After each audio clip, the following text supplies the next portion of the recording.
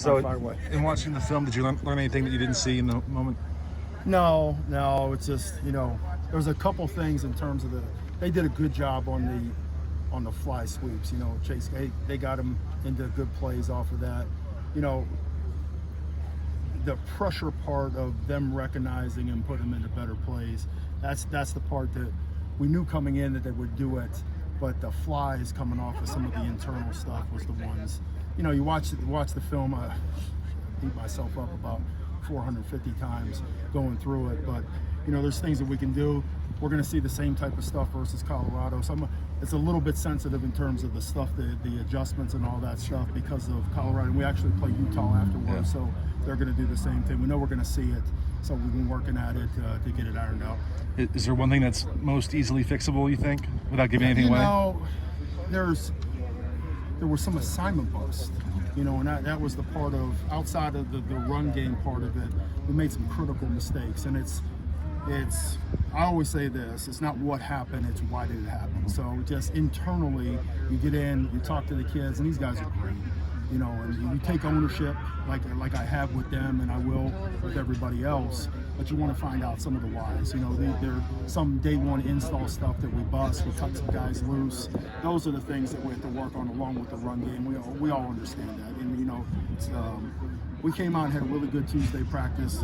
Come out again today to work on some third down and some tight red zone. We'll tighten it up a little bit more. These kids are eager. I think we all are eager to get back on the field on Saturday. Drake Jackson, I know he came into the season pretty low weight-wise, just given the fact that he was sick for those couple of weeks. Has that affected him at all? I don't think so. He's a really, really powerful guy. It's just, for whatever reason, through the course of the games, he's got some nagging injuries, and he's been chipped up a little bit. So, we're being mindful. That's the one thing that I always want to do, because I know these guys will go out and do anything we ask them to do. It's almost being protective of them. And I know when he's hurt, and I know when he's banged up. There's a big difference. And I'm going to step in and make sure that, that he's protected when I know that he's vulnerable, because he's doing things that his body can't do at that moment. So it's just, unfortunately, he's dealing with a couple things here and there that he's really grinding through. But at the end of the day, we've got to sometimes make the decision for him. So, that he's a tough kid. It just comes down to just making sure that we're smart. That was the situation with him. Absolutely. When you look at when you go from the tape of Washington State to Oregon State, what are the biggest things that didn't translate from that game to the next? Well, I think there's a couple things. It's just overall execution was the one thing, and that goes back to me. We got to be smart in terms of the amount that we're giving guys to make sure that we don't get critical mistakes. We run a pressure and we have two guys on the same side. We lose container, it was a fourth down play, and then later on we cut a guy loose that's in the backfield that we're pointing to, but we just doesn't process. That's not on the kids. That's on me as a coach. So what we have to do is internally, just like I've been doing, beat myself up for the last 3 or 4 days, and just trying to iron out what are the things we're going to get really, really good at.